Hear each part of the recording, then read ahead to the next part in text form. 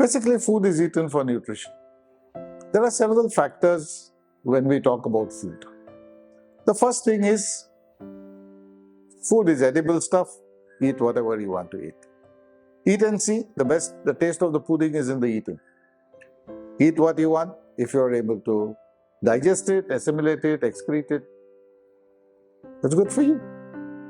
Some food stuff for some people cannot be digested, cannot be assimilated, cannot be excreted, so it results in sort of gastrointestinal disorders, constipation, allergic reactions. Then those food stuff is not good for you. Maybe it's good for somebody else, but not good for you. So that's one of the criteria of deciding which food you should eat and which you should not eat. Very ordinary explanation for what food is. The second aspect of food is its nutritional aspect. Now, when you go to the nutritional aspect of food, your food must be balanced. A diet must be balanced because you eat food so that the body gets nutrition. That's the basic purpose of eating food. The body needs nutrition, so it needs a fair share of carbohydrates, proteins, minerals, with vitamins, roughage, So many factors are there. But now one must make sure that you have a balanced diet. Why should you have a balanced diet? Too much of one thing will not be able to provide the nutrition required by the body. Now, if the body doesn't get its required nutrition, the body will fall sick. Now, that's how you decide on a proper balance of carbohydrates, proper balance of proteins and minerals and vitamins, roughage, sufficient quantity of water. Hydration is also a very important factor in your body. So all this is to be taken into consideration when you're talking about food. This would keep you healthy. This would keep you active. This would keep your body in the condition that it will be able to perform its everyday duties. Another aspect of food is the taste. There are several aspects to this. This is not such a simple question to answer. Now, many people try to take a singular point of view. Singular point of view, yeah, for some people, maybe they don't think beyond that. But when you ask a person like me, then I must give you the spectrum of what it is. Another aspect of food is the taste. Now, taste is very important, though it may not provide any nutrition. Because most of the tasty stuff that we eat is high carbs, high fats. And high carbs and high fats can help you put on weight, High carbs and high fats will cause you a lot of distortion in your development of the body.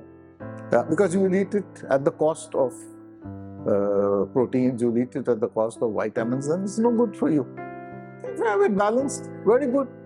So taste is a factor very much under consideration. You don't eat food for nutrition. Though food is supposed to be eaten for nutrition, most people eat food because it tastes good. One must be rational. You must use your rationale and decide how much of what goes in so that totally you eat a balanced diet. Taste is important. Now many people say, no, I eat non-vegetarian food. Coming to the point of vegetarian, non-vegetarian. I eat non-vegetarian food because it is very tasty. I don't eat vegetarian food because it is not tasty. It's bland or it's drab. There's only limited taste, which is a complete misnomer. Right? If you travel in the Western countries, the non-vegetarian food that they eat, you would not even have it on your table. We Indians have such an elaborate palate. We have all the tastes that we have. In fact, our culture tells us that all the 7 flavors, all the 7 tastes must be there in your food. Those fellows eat bland food. They eat boiled or steamed, and then they put pepper and salt on top of it. It won't go down your gullet. Whether it is vegetarian or non-vegetarian, it doesn't make a difference. So, there's no standard rule there's no thumb rule that non-vegetarian food is tasty, and vegetarian food can be made tremendously tasty. After all, the variety of vegetables that you get, the variety of fruits that you get, the variety of leaf that you get to eat in a vegetarian diet, there is no comparison. You got 4 or 5 meats that you eat. Doesn't matter whether it is vegetarian or non-vegetarian. You can adapt it properly to suit the taste. So taste is a very big factor, and taste has nothing to do with vegetarian or non-vegetarian.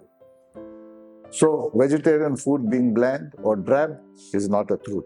Non-vegetarian food being appetizing and not drab is also not the truth.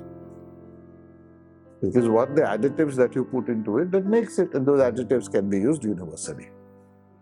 Now, let's come to the topic of the morality, the vegetarian and non-vegetarian morality. Many people like to believe that there is a moral high ground when you eat vegetarian food, and there is a moral low ground when you eat non-vegetarian food.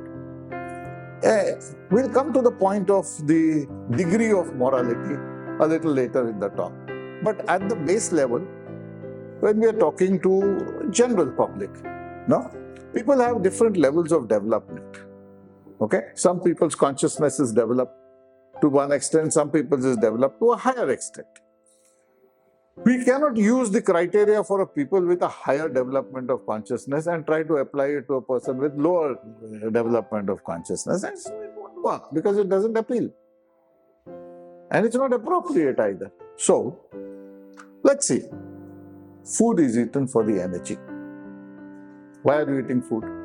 So that you get energy. Now, what is energy? Energy comes from the sun, it comes from the air, it comes from the earth. There are three sources of energy: the sun, the air, and the earth. The plants, they receive energy directly from the sun, from the air, and from the earth. They process it, make hydrocarbons out of it, and that's what we eat in fruits and vegetables and leaves and plants and whatever we eat, vegetarian food, tubers and bulbs, and everything is made from hydrocarbons. So this is processed directly. So primary source of energy is the cosmos. The secondary source of energy is the plant. The plant uses very little of that energy for its own upkeep. Of course, it requires energy for its own upkeep. It has to grow, it has to grow leaves, it has to grow flowers.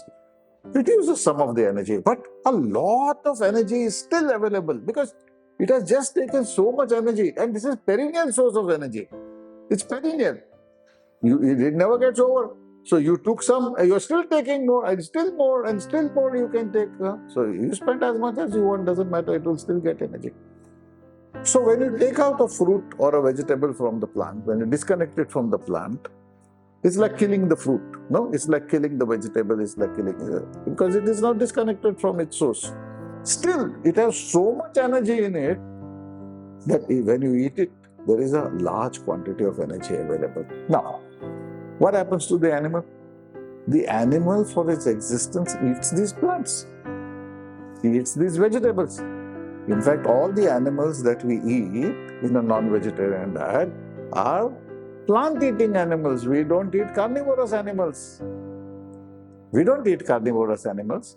So, the plant-eating animals eat plants. The plant got its energy from the cosmos. The animal takes the plant, it eats the plant.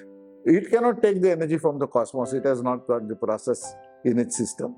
So it eats the plant. Whatever energy is there in the plant, it absorbs that energy. Then it has a complex digestive, assimilative, excretory system. Very complex, far more complex than the plant.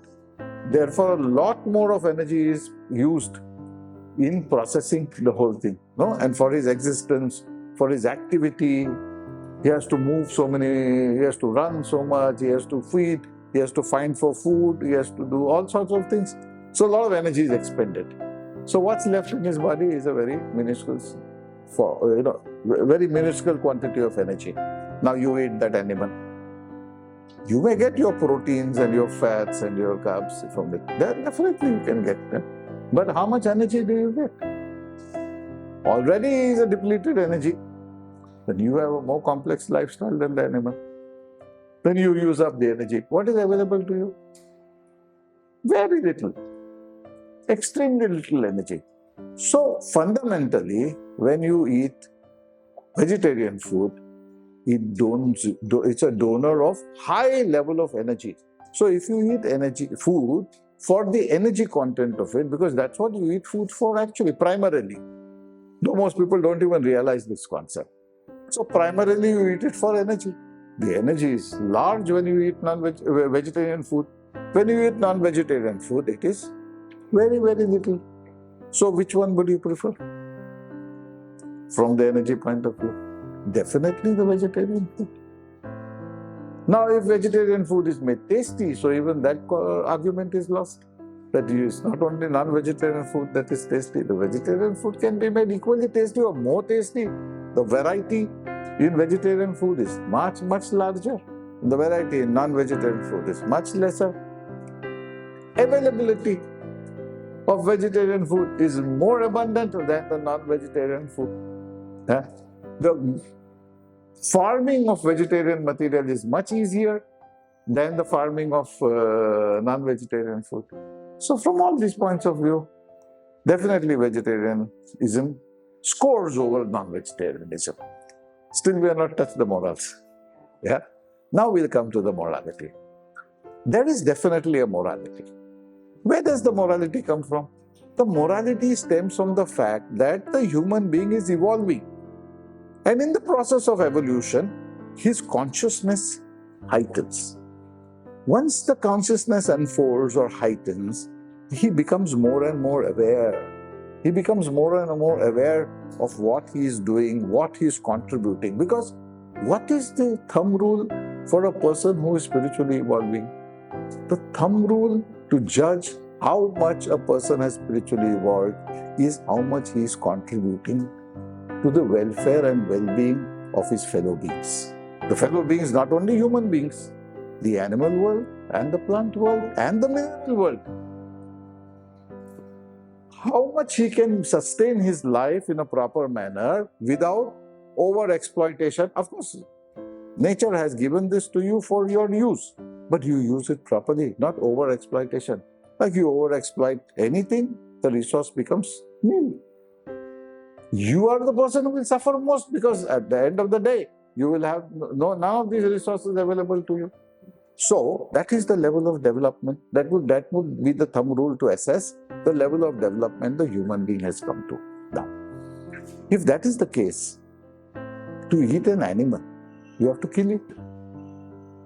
You can't eat it live. If he's live and you eat it, still he will die.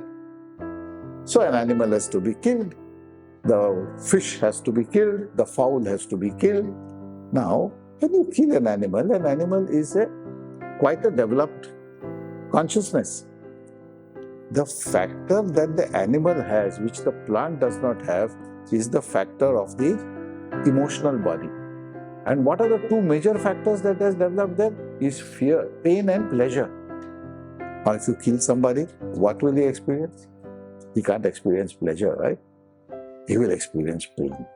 The moment he experiences pain, he was traumatic. That trauma translates into certain enzymes, translates into certain hormones that get collected in the flesh of the animal. That is the consciousness of a dead meat. That meat you eat. So what are you doing? You are causing pain, you are causing trauma to the animal while you are killing it. Do you think that if your consciousness has developed to a certain extent, would it permit you to do this? When it is your duty to take care of the well-being and welfare of the animals, not to cause them pain and discomfort, not to cause them trauma. So, here the morality comes in. I have to still say, this morality has to be realized, not dictated to. This is very important. It has to be realized. It's a realization. If you go and tell somebody who has not even gone to high school or who is in high school and not come into even secondary school, if you go and tell him the formula of E is equal to mc square, if you talk to him about the Einsteinian theories, if you talk to him about the theory of relativity, or you talk to him about quantum physics, will he understand? If you talk to him about calculus and, differential calculus, no way. Why? Doesn't mean that calculus doesn't exist. Doesn't mean that Einsteinian theory does not exist. No. He has not developed his educational level. His education consciousness is at that level. He knows addition, subtraction, multiplication, division. He can't think beyond that. Even ordinary trigonometry is beyond him. So, in such cases, there is no sense in talking to him on this subject. You have to tell him or guide him within the framework of his understanding, within the framework of his consciousness. You can always inform him there is a higher consciousness and you must try to attain to that. That is your level of development. So you are here, of course you are here, but try and move towards attaining that consciousness. In that consciousness, eating non-vegetarian food is not good. Clear? Okay. So, the morality comes in from this plan. Now, with this morality, if you think further, vegetarian food, you also cause a little bit of trauma to the vegetarian food, the vegetable kingdom. But they don't have a developed nervous system. They have instinct. In the plant world, there is instinct developed.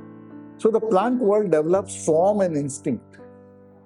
So form and instinct. So instinctively they know that something is not right. So they get a little bit of shock. That's it. So there is a shock. But you must understand that fruits and vegetables, even if you don't pluck them, they will automatically fall off the tree when they are ripe. So it is not something that really drastically affects their consciousness because they know that someday it has to fall. But you have plucked it a little earlier to that. So that's fine. There is a little trauma. But it is a much lower level of consciousness and much lower level of trauma. There's only shock. There is no real trauma. There is no pain. So you're not causing any misery. And when you will pluck the fruit or the vegetable from the plant kingdom, you are helping it to grow more. You are not taking the life of the plant. You are taking only the fruit of the plant, the produce of the plant, not the plant itself. You allow the plant to grow more, to give you more food.